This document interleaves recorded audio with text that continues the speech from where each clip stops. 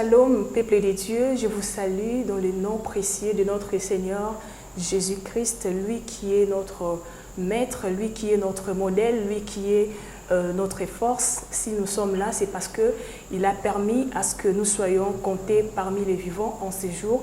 De partout où vous êtes en train de nous suivre, je vous salue, je vous dis beauté, je vous dis bonjour, je vous dis bonsoir, ça dépend de l'ère à laquelle où vous êtes en train de nous suivre. Vous êtes bel et bien dans votre magazine MK Hosanna, c'est notre chaîne, votre magazine Hosanna. Hosanna, c'est notre magazine, c'est votre magazine. Ici, nous parlons de Jésus-Christ. Ici, nous parlons de la parole de Dieu. Ici, nous parlons de ce qui concerne Dieu et sur notre foi en Jésus-Christ. Alors, pour aujourd'hui, nous allons parler d'un sujet très important. Alors, des fois, on se pose des questions sur d'autres religions. Par exemple, les adventistes du 7e jour. Totuna Kabaza Banani, vraiment, qu'est-ce qui se passe là-bas? Tout ça, tout ça. Des fois, même moi-même, je me pose des questions. Alors, par la grâce de Dieu, on va essayer d'écouter l'homme de Dieu. J'aurai ici pour vous un pasteur. Il est le pasteur à l'église adventiste du 7e jour. C'est bel et bien le pasteur Jancy Moussindou. Il est avec moi. On va essayer de parler avec lui de ce que nous devons savoir sur les adventistes du 7e jour. Alors, pasteur, je vous salue dans le nom de Jésus. Bonjour Marlène, ça va? Je vais bien, merci. Et vous? Oui, je vais aussi bien. Ok, l'église se porte bien. Très très bien, par la grâce de Dieu. Et surtout que vous êtes en train de vous préparer pour les 50 ans d'existence. Bon, je pense qu'on pourra apporter quelques précisions. Ce n'est pas l'existence, c'est le début de la mission. Ok, voilà. Le début de la mission. Ok, on va en parler dans cette émission. Mais sinon, pour commencer, je voulais savoir, pasteur, qui sont les adventistes du 7e jour? Les adventistes du 7e jour sont des chrétiens. C'est un groupe de gens qui croient au Seigneur Jésus et qui attendent le retour de ces mêmes seigneurs en observant le 7e jour, qui est le sabbat de l'Éternel, qui est un jour de repos et d'adoration. Et ce sont de peuples qui vivent selon les enseignements de la Bible et qui placent leur foi sur la Bible seule. Ok. Ouais. Merci, pasteur, pour cette réponse. Je pense que ça va nous aider et éclairer Bichot par rapport à la question après. Ok. Ouais. Alors, pasteur, quelles sont vos origines? Ou encore, d'où est sortie votre confession religieuse? Vous avez commencé quelque part, je pense. Oui, il y a toujours un commencement. Oui. On ne peut pas dire qu'on est venu d'Inir. Il y a toujours un commencement. Pour l'église adventiste, vient d'une suite d'un mouvement millérite. Le mouvement millérite, c'est un mouvement qui a existé depuis 1800 quelques. Et en 1844, il y a eu une déception par rapport à ce que Miller prêchait, mais qui n'était pas à 100% faux. Une déception, pourquoi? Parce que les gens se disaient que ce serait le retour de Jésus, parce qu'ils n'avaient pas bien compris la prophétie de 2300 soirs et matins qui se trouve dans le livre de Daniel. Okay. Voilà. Et il s'était dit que non, Jésus devait rentrer en ces années-là. Et les gens étaient un peu déçus de voir que cette nuit-là, du 23 octobre, du 18 octobre plutôt, que Jésus n'était pas revenu. Et ça fait que quelques-uns puissent rentrer, reculer dans leur confession religieuse qu'ils avaient auparavant, parce qu'il y avait des baptistes et d'autres personnes. Et quelques-uns ont gardé la foi, ils ont continué, éclairés par Dieu lui-même. Et ce ne serait pas le retour de Jésus, mais c'est juste que le Seigneur Jésus devait entrer dans le lieu très saint. C'est-à-dire, c'est le début du jugement. Et ils sont associés à d'autres personnes qui observaient les sabbats de l'Éternel selon la Bible. Comme je l'ai dit tantôt ici, que les adventistes, C'est un peuple qui est fondé sur la parole de Dieu. Voilà. Et en 1863, c'est alors qu'il y a eu création de l'église que nous appelons Église adventiste du 7e jour. Donc, si je comprends bien, c'était une fausse prophétie. Non, la prophétie n'est pas fausse, mais vous voyez... Parce que jusqu'à présent, Jésus n'est pas encore là. Non, c'est que les autres avaient compris. C'était comment? La compréhension n'était pas exacte. Vous voyez? Quand on cherche à comprendre les choses selon l'homme, on peut taper aussi à côté. Mais les enseignements que prêchait Miller, c'était pour préparer les gens à recevoir Christ. Mais ce n'était pas le moment. Vous voyez? Ce n'était pas le moment. Parce que la prophétie dit que 2300 soirs et matins, le sanctuaire sera purifié. Et ils ont mal compris les termes de la purification du sanctuaire, parlant que maintenant c'est le retour de Jésus. Excusez-moi, pasteur, de vous interrompre, mais pourquoi, quand il a vu que les gens ont mal compris la prophétie, pourquoi il n'avait pas pu se rattraper, genre expliquer, mieux, pour que les gens comprennent justement la prophétie? Oui, je veux vous dire ici que ils se sont mis à étudier la parole de Dieu. Ils ont fixé des dates, même qui n'étaient pas exactes, jusqu'à tomber à cette date-là qu'ils attendaient le retour de Jésus, mais qui n'était pas vrai. Et par après, lui-même n'a pas assisté ou participé à la formation de l'église adventiste. C'est comme ça que j'ai dit que l'église adventiste vient d'une suite des mouvements millérites. Okay. Pour dire autrement que Miller n'est pas un adventiste. Okay. Voilà, en tant qu'église. Mais l'église vient de sa suite par rapport à ces enseignements qu'il prêchait, ces mouvements-là qui a mené plutôt un vent dans le monde. Dans le monde, beaucoup plus aux États-Unis d'Amérique, comment les gens se préparaient pour le retour de Jésus. Mais qui n'était pas réellement et certainement le retour de Jésus, mais qui n'était que le début du jugement investigatif. Quand vous parlez du début des jugements, vous faites allusion à quoi? Oui. Donc, tel qu'on est là, on est déjà dans les jugements. Oui, tel que nous sommes là, depuis ces temps-là, le jugement de Dieu avait déjà commencé. Oui. Vous savez bien, quand on juge, il y a des procédures, n'est-ce pas? Dans le jugement, même devant le jugement humain, on juge les faits. On fait ce qu'on appelle des investigations. On questionne le dossier pour savoir séparer les contre le et les pour. Voyez? Et vous savez bien que Jésus est venu épirer le péché, n'est-ce pas? C'est lui qui est venu sauver les gens. Et depuis l'ancien temps, on prenait le sang des bêtes qu'on aspergeait dans le lieu très saint. Voyez, pour la rémission des péchés des gens. Alors que tous ces sangs, bien que je voudrais aller plus loin que votre question, et ces sangs des bêtes ne pouvaient pas complètement laver le péché de nous, mais c'était une préfiguration. Et le sang de Jésus qui a coulé, c'est ces sangs-là qui pouvaient enlever le péché des gens. Comme Jean-Baptiste l'a présenté, que voici l'agneau de Dieu qui ôte le péché du monde. Et quand Jésus est monté au ciel, il y a des actes qu'il doit poser. Vous voyez?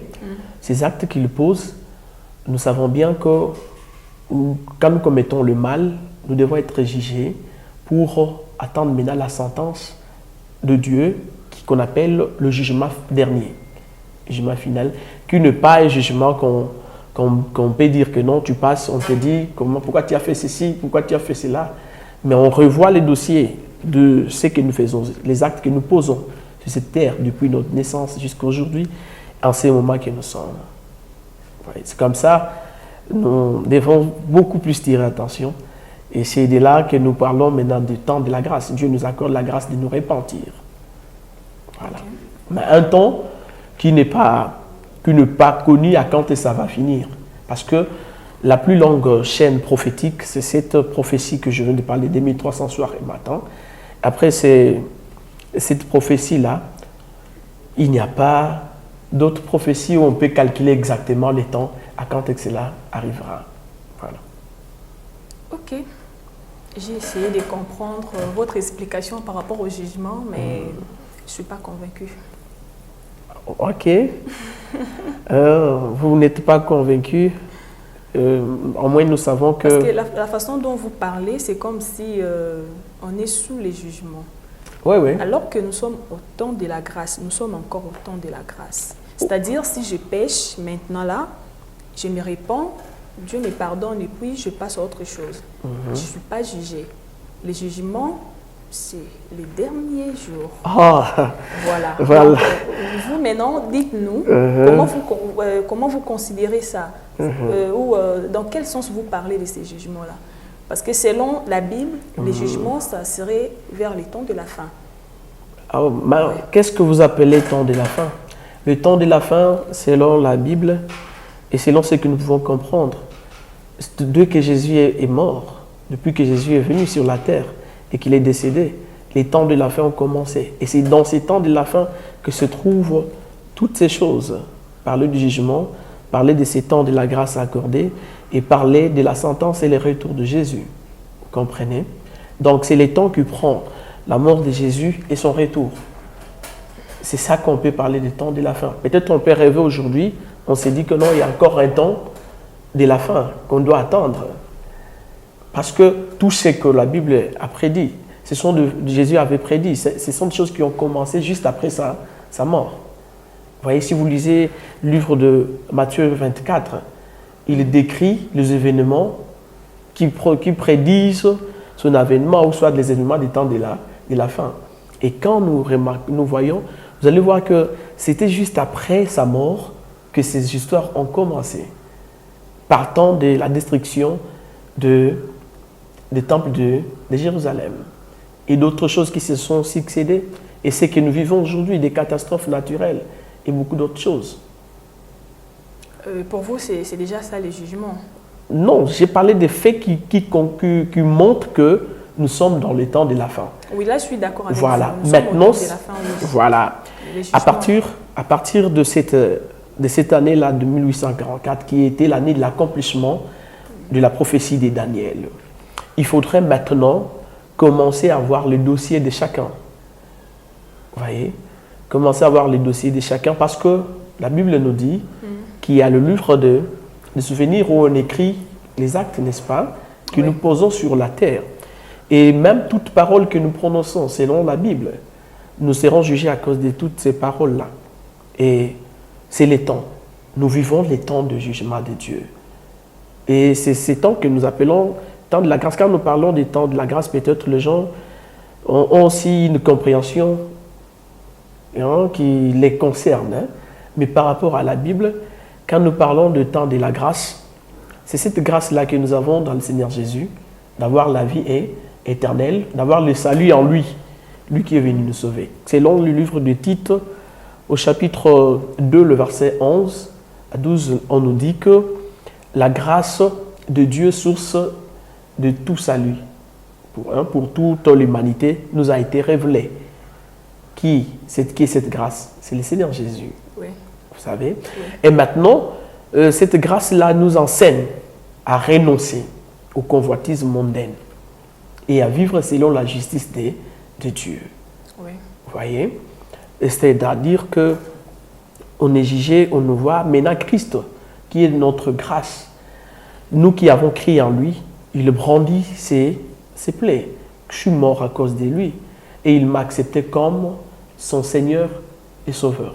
Et c'est là aussi un problème. Accepter Christ comme Seigneur et Sauveur. Et c'est là qu'il a dit que cette grâce nous enseigne à vivre selon la justice de Dieu, à l'obéissance. Vous voyez? Sur ces points, je suis d'accord avec vous. Oui. Mon problème, c'est seulement du côté où vous parlez des jugements. Bon, je ne sais pas si les gens qui nous suivent vont comprendre votre explication, sinon moi j'ai compris en moitié. Oui. Alors, donc on ne va pas tarder sur ça. Oui. Si j'aurai des questions, je veux vous le faire parvenir même après. Okay. Mais sinon, je voulais savoir une chose, pasteur. Dites-nous un peu qui représente Ellen White. Ah, une très pas belle encore question. fini ma question. Oui. Et aussi, quelle place qu'occupent ces écrits par rapport à la Bible? Merci beaucoup. Premièrement, Ellen White, c'est une servante du Seigneur. Elle est considérée par nous qui sommes membres de l'Église adventiste comme une messagère de Dieu. Ok. Vous voyez, une messagère de Dieu ayant reçu un don prophétique. Ok. Voilà. Et ses écrits sont considérés pour nous comme des enseignements édifiants, ok, qui nous plongent dans la parole de Dieu. Et ces enseignements ne viennent pas remplacer la parole de Dieu qui se trouve dans ce que nous appelons, le livre que nous appelons la Bible. Ça... Ok, oui. donc ces écrits apportent quelque chose par rapport à la Bible. Non, je n'ai pas dit ça. Moi, je n'ai pas dit dans l'obité que Ezoé a quand même quelque chose. Non. Ces écrits, je venais de dire qu'elle a reçu un don prophétique. La Bible dit que le peuple de Dieu est caractérisé par le fait de garder le commandement de Dieu et les témoignages de Jésus, la foi de Jésus. Et dans le livre d'Apocalypse, chapitre 12, le verset 17, la Bible dit que le dragon fut irrité, il alla faire la guerre au reste de sa postérité, ceux qui gardent le commandement de Dieu et qui ont le témoignage de Jésus. Vous voyez? Et dans le livre d'Apocalypse, toujours au chapitre 19, verset 10, quand Jean a vu l'ange, il voulait se prosterner, l'ange lui dit, non, ne te prosterne pas devant moi, je suis ton compagnon de service. Okay. Aussi, les compagnons de tes frères, ceux qui gardent le commandement de Dieu et qui ont le témoignage de Jésus, car les témoignages de Jésus, c'est l'esprit des prophéties. Et le livre d'Ésaïe 8, 20, la Bible dit qu'à la loi et au témoignage. Quand on ne parle pas ainsi, il n'y aura pas d'aurore, il n'y aura pas de lumière parmi le peuple. Vous voyez, c'est comme ça, on considère les écrits d'Ellen White comme une petite lumière qui nous conduit vers la grande lumière qui est la parole de Dieu, qui est la Bible. Donc cela ne veut pas dire que ces écrits viennent remplacer la Bible, non. Et donc, si je comprends bien, ces écrits vous aident à comprendre mieux la Bible. C'est presque la même chose avec les brochures. Brochures, de quelle brochure que vous parlez? Brochures des branhamistes. Et ils disent que les brochures, et que les choses soient un peu claires par rapport à la Bible. Bon, c'est ce qu'ils disent. Maintenant, je ne sais pas par rapport à vous, maintenant, les écrits des White, ça apporte ou ça ajoute quelque chose par rapport à la Bible? Parce que vous l'avez appelé une petite lumière. Oh, oui. Alors que la Bible elle-même déjà a une grande lumière. Quand vous parlez de la petite lumière, je ne sais pas, petite lumière dans la grande lumière, qu'est-ce que ça va faire? Ah oui, vous voyez, c'est par rapport, c'est lié beaucoup plus à l'interprétation de la parole de Dieu. Ceux qui ont reçu les dons de prophétie, qui ont reçu une lumière venant de Dieu, ils peuvent vous aider à comprendre la parole de Dieu. Prenons certains pasteurs, ok, dans nos églises, je parle des églises en général. Ils vous donnent un passage. Quand ils vous donnent l'explication, vous comprenez ces passages différemment de ce que vous lisez. Vous comprenez? Est-ce que je me fais comprendre? Oui, je vois. Voilà. Vous comprenez ça différemment, c'est-à-dire il vient donner une explication à ce que vous lisez. Okay. Voilà. C'est la même chose aussi avec les écrits de la sœur Ellen White qui nous aident aussi à comprendre, vous voyez, la Bible ou les écrits qui sont dans la Bible que nous appelons la parole de Dieu. Mais cela ne fait pas de ces écrits des écrits qui viennent remplacer la parole de Dieu. Non. Là, c'est non. D'accord, puisque vous dites ça, oui. Alors je vais poser une question qui m'est venue comme ça. Ouais. Dans ces cas, c'est que vous pouvez lire la Bible sans pourtant jeter un coup d'œil sur les écrits de White. Oui, oui. Généralement, c'est ça. généralement, j'ai dit au début que la foi des adventistes est basée sur la Bible. Je n'ai pas dit que c'est basé sur les écrits de Noël. Oui, bien sûr, mais puisque vous avez dit que ça apporte une petite lumière, donc, puisque c'est une petite lumière, donc c'est que vous pouvez vous focaliser seulement sur la grande lumière qui est la parole de Dieu. Depuis que j'ai commencé à parler, je n'ai pas dit que ça apporte. J'ai dit que c'est une petite lumière. Bien voilà. sûr. Et ça nous aide à comprendre, vous voyez, à comprendre la parole de Dieu. Parce que, vous savez, il y a, prenons par exemple, c'est que l'apôtre Pierre a parlé sur Paul, dans 2 Pierre, chapitre 3, où il dit que le frère Paul, selon la sagesse que Dieu lui a donnée, dans ses écrits, où il parle de points qui sont difficiles, et les gens qui sont mal affermis, ils tordent l'essence pour leur propre ruine. Vous comprenez? Maintenant, dans ce genre de choses, quelqu'un qui est bien affermi, qui comprend, qui reçoit une lumière de Dieu, il apporte l'explication pour bien comprendre ces écrits-là et ne pas tordre l'essence. Sinon, quand on tord l'essence, c'est pour notre propre ruine. Vous voyez? Et quand on dérape, on va loin de la parole de Dieu, même notre foi est en danger. C'est-à-dire, ce n'est plus la foi en Dieu, c'est la foi en autre chose, la foi dans le mensonge. Okay. Merci beaucoup, pasteur. Vous êtes en train de suivre votre magazine Hosanna. Alors, on est en train de parler de ce que nous devons savoir sur les adventistes du 7e jour. J'ai reçu pour vous le pasteur Moussindou Jancy. Donc, il est bel et bien avec moi dans ces plateaux. Alors, pasteur, on poursuit notre émission. Ah oui. Alors, pasteur, je voulais encore vous poser cette question. Nous avons, nous les chrétiens, vous êtes chrétiens, non? Ah oui. Donc, nous avons 4 grandes fêtes que nous fêtons, tant chrétiens. On a la fête de Pâques, on a la Noël, on a la Pentecôte et l'Ascension de Jésus. Mais pasteur, pourquoi vous faites le visage comme ça? Non, je suis Moi, je n'ai pas encore fini de poser ma question. Bon, ça me donne la joie d'entendre ça. Donc, il y a 4 fêtes que nous fêtons. Alors, pasteur, quelles sont, parmi les 4 d'abord, 4 fêtes-là, que nous fêtons, quelles sont vos raisons? Oui, bon. Non, non, c'est... Comprenez. Dites-nous, parlez-nous un peu de ces 4 fêtes alors, pour la moitié nous les changer. Merci beaucoup et premièrement, bonne fête à vous. Parce que, oui, j'ai dit bonne fête à vous parce que vous avez bien introduit disant ce que vous fêtez. Vous voyez? Et bon, nous étant adventistes 7e jour, vous les avez appelés des fêtes chrétiennes. Oui, bien sûr. Il y a des fêtes qui n'ont pas de fondement biblique. Prenons par exemple la fête de Noël, qui n'a pas de fondement biblique. L'Église adventiste s'accroche à la parole de Dieu et non aux traditions humaines. Vous voyez? Nous ne pouvons pas brandir la tradition humaine. Nous devons garder la foi, alors que la foi vient de la parole de Dieu. La foi vient de la parole de Dieu. Nous ne sommes pas contre ces fêtes-là.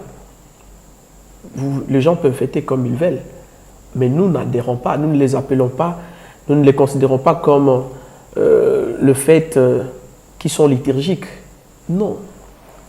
Mais, en parlant de Noël, un adventiste ou un chrétien pourrait toutefois avoir l'idée sur la naissance de Jésus, bien que, conformément à la Bible, il ne tombe pas exactement à la période donnée. Donc, on peut se souvenir de la résurrection de Jésus, mais nous n'adhérons pas à ce que les autres font et célèbrent comme fête. Ça, ce n'est qu'un exemple. Bon, je ne parle pas d'adhérer. Ce sont des fêtes chrétiennes. Vous l'appelez fête chrétienne, mais n'oubliez pas que je suis chrétien. Justement, parce que déjà, la Pâque, nous célébrons la mort et la résurrection de Jésus-Christ, qui est notre Seigneur et Sauveur. Ah oui. Alors, je ne sais pas pour quelle raison déjà vous ne fêtez pas la Pâque. Oui. Puisque, Christ, ouais, pourquoi? Christ d'abord est notre Pâque. La Pâque, quand vous dites, vous parlez de ce que vous êtes en train de dire là, la Pâque ne vient pas de ces temps-là. La Pâque vient de la sortie des enfants d'Israël quand ils étaient en Égypte. C'est une fête que les Israélites fêtaient, qui devait leur faire réfléchir, qui devait mettre dans leur mémoire qu'il y a un Dieu qui les a délivrés et qui les a fait sortir de l'Égypte. Et c'est comme ça, à la veille de leur sortie, Dieu leur avait recommandé d'immoler, vous voyez, un agneau, où ils vont prendre son sang et mettre sur le linteau, ok, et manger les restes de Jésus est réellement maintenant notre Pâque. Comment ça? Parce que ça, l'agneau qu'ils ont immolé, l'agneau pascal, c'était la préfiguration de qui? De Jésus. Et pendant que Jésus était avec ses disciples, il leur a dit, au moment qu'ils mangeaient la Pâque qu'ils avaient préparée, il leur a dit que, à toute fois que vous ferez ceci, vous mangerez ces pains et que vous buvez ces vins, vous allez le faire en mémoire de moi. Vous comprenez? Il a bien dit à toute fois. Et maintenant, nous, étant qu'Église chrétienne, on ne peut pas entrer dans le judaïsme, rentrer au judaïsme. Vous voyez?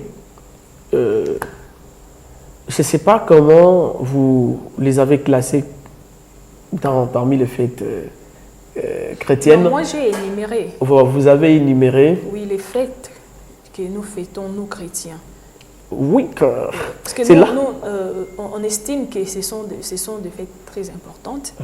Voilà pourquoi on célèbre, on fête. Alors vous êtes également des chrétiens comme nous.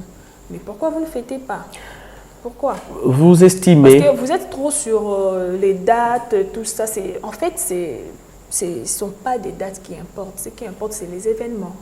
Oh. Vous n'êtes pas sur les événements, mais vous êtes plutôt sur les dates. C'est là où maintenant je demande pourquoi vous ne fêtez pas. C'est justement parce que dans la date où nous avons invité, on doit penser dans la date, dans la période et tout ça, où il y a d'autres raisons que vous pouvez nous donner. Prenons par exemple la résurrection de Jésus et la mort de Jésus et autre chose. C'est à chaque fois qu'on se souvient de sa résurrection, de sa naissance et tout. Je venais de le dire tantôt ici que quand les gens célèbrent ces fêtes d'autres qui ne sont pas bibliques, vous voyez, qui ne sont pas bibliques, mais pendant que le monde est en train de le fêter, on peut se souvenir, oh, exactement, Jésus était né. Jésus a existé. Vous comprenez? Mais comparativement à la période que Jésus est né, une date fixée par de tierces personnes, c'est une tradition humaine, sans base biblique. Vous comprenez? Même si vous avez parlé qu'on ne parle pas de date, de quoi que ce soit, mais d'abord la Bible. Primo, c'est la Bible. Bibliquement parlant. Excusez-moi, pasteur, oui ou non, Jésus-Christ est né un jour? Pardon? Oui ou non, que Jésus est né un jour? Oui, Jésus est né un jour. Oui ou non, il est ressuscité? Oui, il est ressuscité. Oui ou non, il a fait l'ascension? Oui, Jésus est monté au ciel. Et alors, oui. C'est quoi le problème? Jésus n'a pas dit, on peut fouiller la Bible. Et alors? Il est resté avec ses disciples pendant 40 jours après sa résurrection.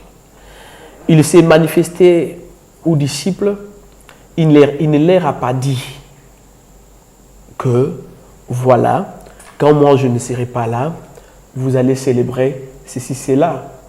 Non. Le disciple, pardon, pasteur, il a dit, faites ceci en mémoire de moi. Il a dit à chaque fois que vous allez manger ces pains, vous allez boire ces vins, vous allez le faire en mémoire de moi. Vous comprenez? Maintenant, dans l'église chrétienne, cette scène-là qui s'était passée ces jours-là, avec ses disciples, c'est ce qu'on appelle la Sainte Seine. Parce que c'est pendant cette scène que Christ a révélé ce qui lui arriverait. Et il a révélé, c'est lui qui va même le trahir. Vous comprenez? Et c'est cette scène qui a suivi des choses catastrophiques qui lui sont arrivées. Et on considère ça comme la Sainte Seine. Et quand on le fait, on pense à la douleur que Christ a subie, à ce qu'il a vécu. Et toutes ces douleurs, c'est pour notre salut. Comme le dit la Bible, que c'est par ces meurtrissures que nous sommes guéris. Vous comprenez? Donc, si je comprends bien, vous n'avez rien contre le fait, mais seulement c'est parce que vous ne trouvez pas les fondements bibliques. Exact. C'est justement ça les raisons pour vous. Oui, parce qu'on ne peut pas être contre ce que l'autre fait, c'est son opinion. Mais quand nous revenons à la Bible, nous nous appelons des chrétiens. Le chrétien a comme référence la Bible. Vous voyez? Je n'en disconviens Même pas. Jésus, devant les tentations du diable, il disait toujours, il est écrit. Mais tout ce que vous êtes en train de dire là, même le fait en question, Oui. c'est dans la Bible. Dans la Bible, je ne sais pas comment vous le comprenez. Quand Jésus est venu, j'ai dit que Jésus est devenu notre Pâque, n'est-ce pas? Il est mort une seule fois. Son sang a coulé une seule fois. Maintenant, il nous renvoie à la manière dont on célébrait, qu'on prenne cette célébration pour se souvenir de lui. Non pas pour une période précise. Il a dit à chaque fois que vous le ferez en mémoire de moi. Et maintenant, dans l'église chrétienne, il y a ce que nous appelons, je venais de le dire ici, la Sainte Seine. Quand on passe à la Sainte Seine, on se souvient de Jésus. On se souvient de sa mort. On se souvient des douleurs qu'il a subies pour me sauver, pour te sauver toi aussi, et sauver tout le monde qui nous suit. Oh mon Dieu, d'accord, pasteur. Alors, si on a bien continué aussi quand la question. Je pense que les gens ont compris ce que vous venez de dire par rapport à ces 4 fêtes chrétiennes. Ils ont compris. Moi également, j'ai compris ce que j'ai compris. Et alors, pasteur, vous pouvez nous dire encore une chose, pardon. Nous avons quoi en commun? Vous, les adventistes, et nous, les gens de l'église de réveil, je peux dire ça comme ça. Qu'est-ce que nous avons en commun? Parce qu'on est tous des chrétiens, non, pasteur? Ah oui. Alors, c'est quoi? Bon, nous avons des choses en commun. Nous croyons à la parole de Dieu, à la Bible comme parole de Dieu. Nous croyons que Christ est Dieu. Beaucoup d'autres choses. Nous croyons à la Trinité, dont les 3 personnes en Dieu. Oui. Nous croyons au salut par la foi, par la grâce de Dieu. Vous voyez? Beaucoup d'autres choses, si je pourrais citer. Vous croyez à la foi, comment vous croyez au salut par la foi ou par les œuvres? Non. Les œuvres ne sont que, comment je peux dire, un témoignage de notre foi. C'est-à-dire, le salut vient pas. Le salut, c'est par la foi en Jésus. Maintenant, nous qui croyons dans le Seigneur Jésus, nous sommes appelés à pratiquer des bonnes œuvres, comme le dit le livre d'Éphésiens, chapitre 2, versets 8 à 9. Les bonnes œuvres que Dieu a prédestinées pour nous, pourvu que nous puissions les pratiquer. Okay. Vous voyez? Parce que nous croyons dans le Seigneur Jésus, ce qui nous reste, c'est de faire ce qui est bien. Parce que si nous ne faisons pas ce qui est bien, Jacques 4, 17 dit que si quelqu'un sait faire ce qui est bien et qu'il ne le fait pas, il commet un péché. Oui. Voilà. Oui. Alors, merci beaucoup, pasteur. Nous allons marquer une petite pause pour revenir tout juste après.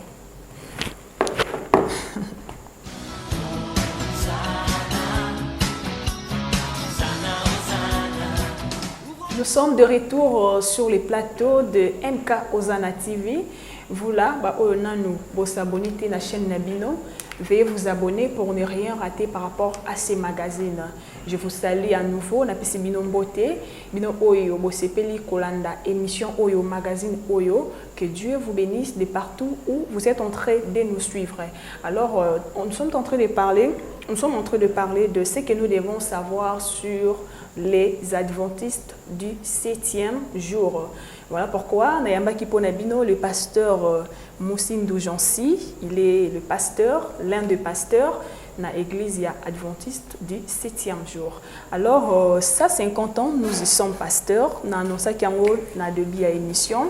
Alors, déjà, qu'est-ce qu'on doit savoir par rapport à ça 50 ans? Merci beaucoup. Ça 50 ans d'existence, ou je peux l'appeler comment? Bon, ce n'est pas 150 ans d'existence, parce que l'Église a commencé depuis 1863. Et les 150 ans dont nous parlons ici, cela nous parlons des 150 ans de la mission. En 1874, l'Église, avec ses faibles commencements, ils ont résolu de pouvoir envoyer maintenant des missionnaires dans le monde entier pour accomplir la parole de Dieu qui dit que allez dans le monde entier faire de toutes les nations mes disciples. Oui. Et l'Église a résolu qu'il faudrait qu'il y ait des missionnaires qu'on doit envoyer. Et le premier missionnaire qu'ils ont envoyé s'appelle John Andrews. Et là, l'Église se trouvait aux États-Unis d'Amérique. C'est là que l'Église est née, aux États-Unis d'Amérique. Et maintenant, ils ont résolu à envoyer un missionnaire en Europe. Ils ont ciblé quelques pays. Et le premier pays qu'ils ont ciblé, c'est la Suisse. Oui. C'est là que Andrews va partir. Et donc, nous considérons cette année-là de 1874 comme le début de la mission mondiale.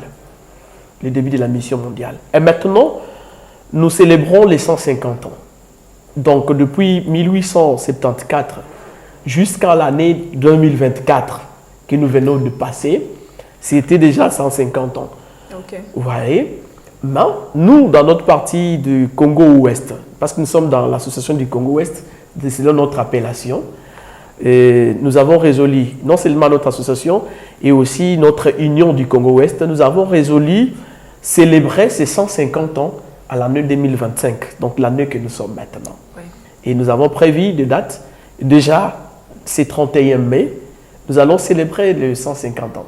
Nous serons à l'échangeur, nous vous invitons, nous profitons de cette occasion pour vous dire de venir nombreux, célébrer avec nous et suivre aussi l'histoire de notre église. Vous invitez tout le monde. Ouais. Tout le monde. Tout le monde.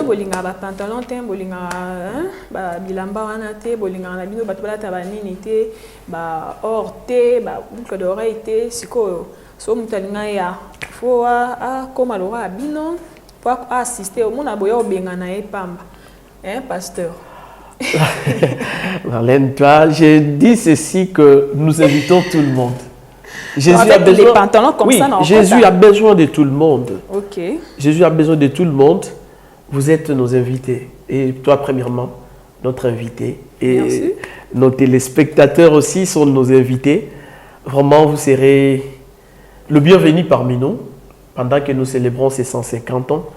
Non pas une réunion politique, mais nous célébrons les 150 ans. Et la mission qui n'est pas la nôtre, la mission qui est du Seigneur Jésus. C'est lui le maître de la mission. Voilà. Ok. Donc, tout le monde est invité. Oui. Donc, il y aura à boire et à manger. C'est une célébration. C'est une célébration. Le reste... Oh, mais bien sûr, célébration, oui, on peut manger, on peut boire. Mais ça fait partie. Donc. Oh, oui, on peut boire de l'eau. De l'eau? Oh, ça va commencer d'abord à quelle heure, pasteur? Ok, ça commence... Déjà, nous sommes pendant la célébration. Vous voyez, comme cette semaine ici. Non, les jours que vous avez réservés. C'est ce que je dis. Oui. Comme cette semaine, nous sommes pendant la célébration. Dans de différentes églises, vous allez voir que les gens se réunissent. Et nous passons des moments de prière. Mais le samedi, nous allons commencer à 8h30. Là-bas. De 8h à quelle heure? Jusqu'à 14h. Jusqu'à 14h. Oui. Ok. Donc de 8h à 14h, tu mets la ramaille. D'accord. Bon, ça c'est... C'est comme ça qu'on dit, hein. Tout met la maman il m'a gobé. Maman il m'a gobé. Ah bon. Généralement c'est ce qu'on dit, n'est-ce pas? Moutoumoura robé on peut en parler. Ok. Bon, il faut venir. On ne sait jamais. Il faut venir. Peut-être si maman il y aura autre chose. Donc on ne sait jamais. Donc il faut venir. Il faut répondre favorablement à l'invitation de pasteur Jean-C. Alors pasteur, une question. Nous sommes en train de chuter déjà, mais je voulais savoir une chose. Ouais. Ici au Congo, Vous avez déjà combien de... Non, nous, on appelle ça extension. Genre, cellule. Vous avez combien à Congo? Au Congo, nous sommes nombreux. Il y a plusieurs églises. Parce que chez nous, nous... Parce que, pasteur, excusez, votre église existe. Quand j'ai travaillé encore en Afrique, j'ai vu l'Ignaba Adventiste. C'est là que j'ai su que vous existez aussi. Mais ma place est belle. Vous êtes combien? Donc, vous êtes combien? Premièrement, d'abord, nous sommes au Congo depuis 1819. Oui. Plutôt depuis 1919, allais-je dire. Okay. Depuis 1919 que nous sommes au Congo. Et ici à Kinshasa, nous sommes ici depuis 1958. 58 ici au Congo? Oui. Non, ici à Kinshasa. À Kinshasa. Au Congo, quand je parle du Congo, c'est-à-dire... même les provinces y compris. Toutes les provinces. Oui. Donc, depuis 1919, 1923, l'Église est entrée ici au Congo. Et ça a été ici et là, jusqu'à arriver ici à Kinshasa en 1958. Donc, visionnaire à Kinshasa, c'était qui? Bon. Oui,